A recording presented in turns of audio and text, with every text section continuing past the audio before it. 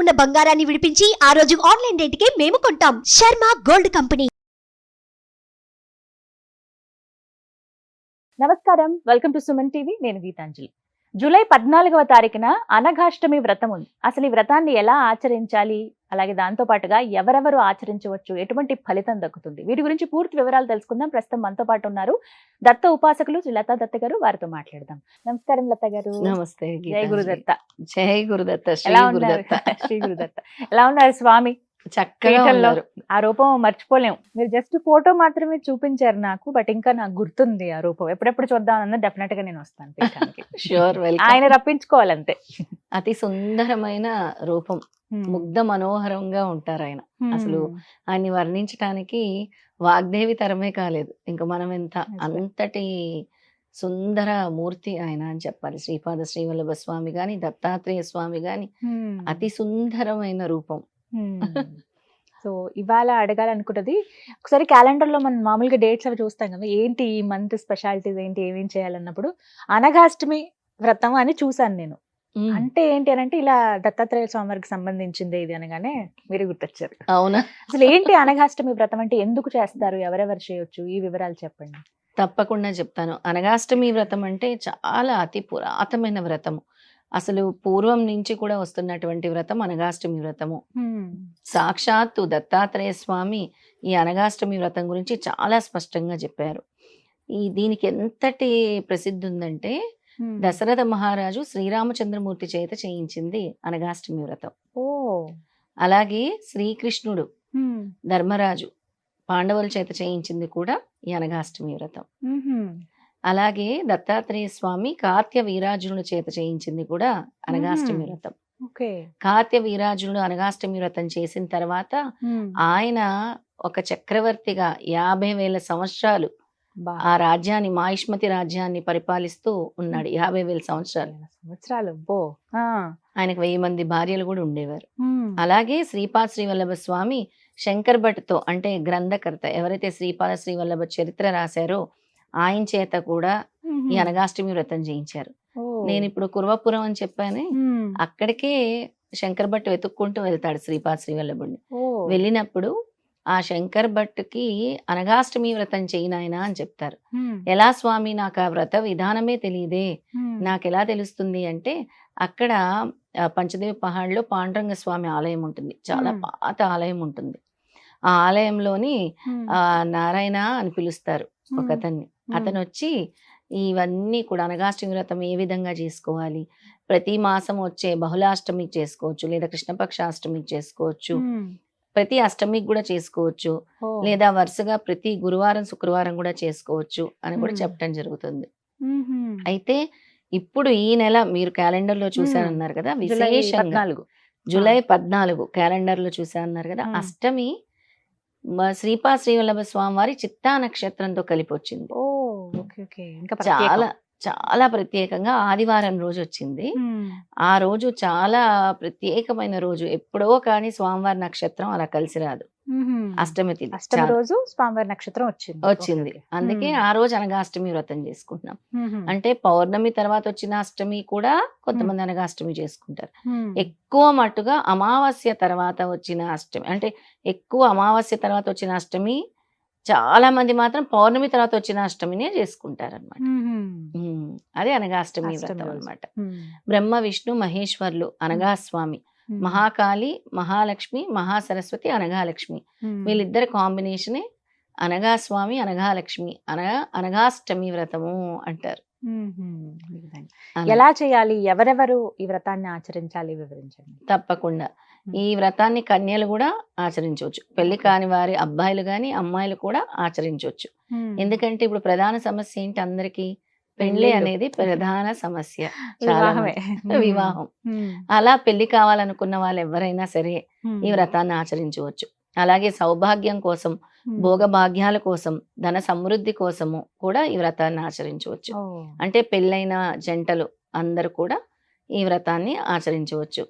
అలాగే ఎవరికైతే పాడి పంటలు పండాలనుకుంటున్నారో సరిగ్గా వాళ్ళు కూడా ఈ వ్రతాన్ని ఆచరించవచ్చు.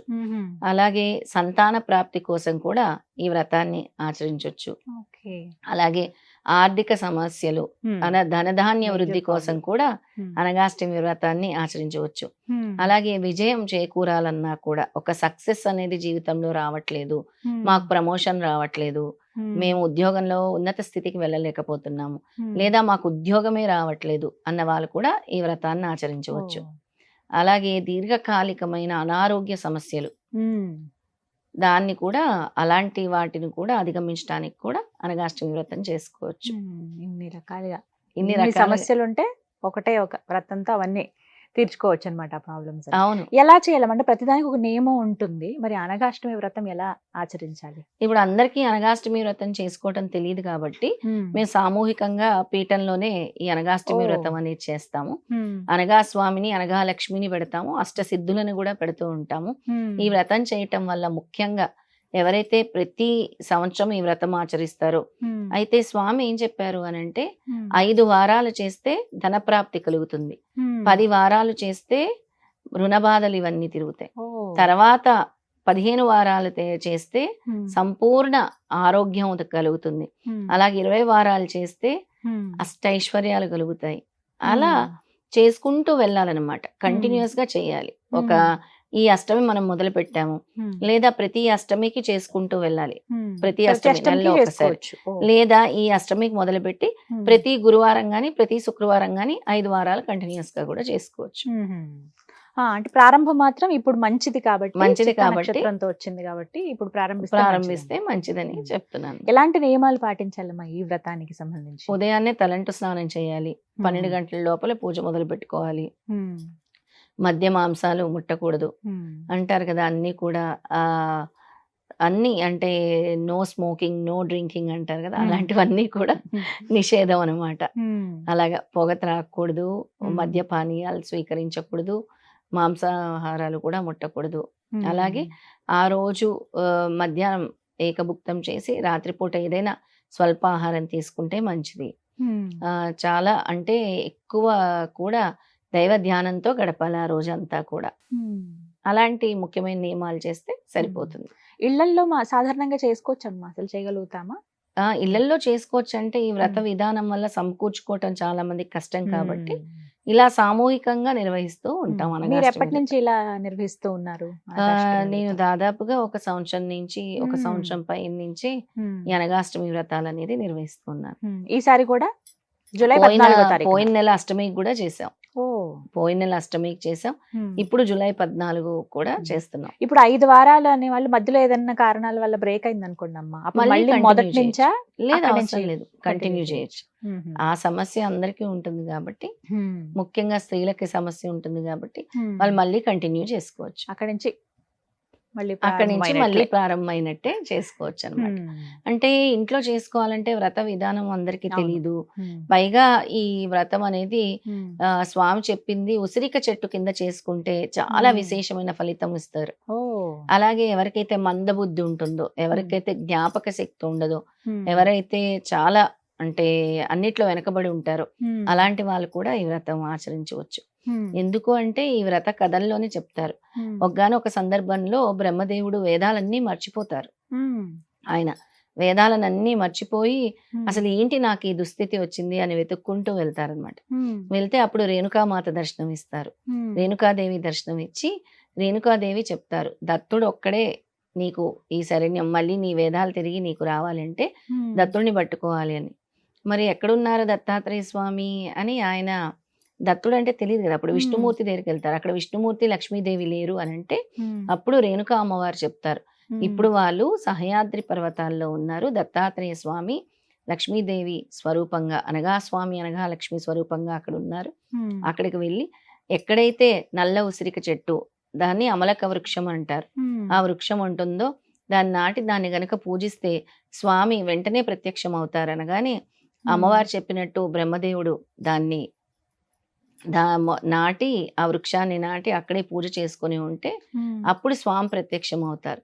ఆ విధంగా అక్కడ బ్రహ్మదేవుడు పూజించగానే దత్తాత్రేయ స్వామి అనఘాలక్ష్మి ప్రత్యక్షమై, అనఘాలక్ష్మిని కోరుకోగానే, దత్తాత్రేయ స్వామిని కోరుకోగానే బ్రహ్మదేవుడు, స్వామి నా దుస్థితి నుంచి నన్ను కాపాడండి అనగానే లక్ష్మీదేవి అమ్మవారు వెంటనే కూడా రేణుకామాత వైపు, అమ్మవారి వైపు చూడగానే అమ్మవారిలో నుంచి ఆ వేదాలన్నీ కూడా వెళ్ళినట్టు బ్రహ్మదేవుడికి స్పష్టంగా కనబడతాయి. అప్పుడు మళ్ళీ బ్రహ్మదేవుడు వేదాలన్నీ కూడా గుర్తుంచుకొని ఆ తర్వాత నుంచి ప్రతి సంవత్సరం కూడా ఈ అనగాష్టమి వ్రతం ఆచరించడం మొదలు పెడతారు.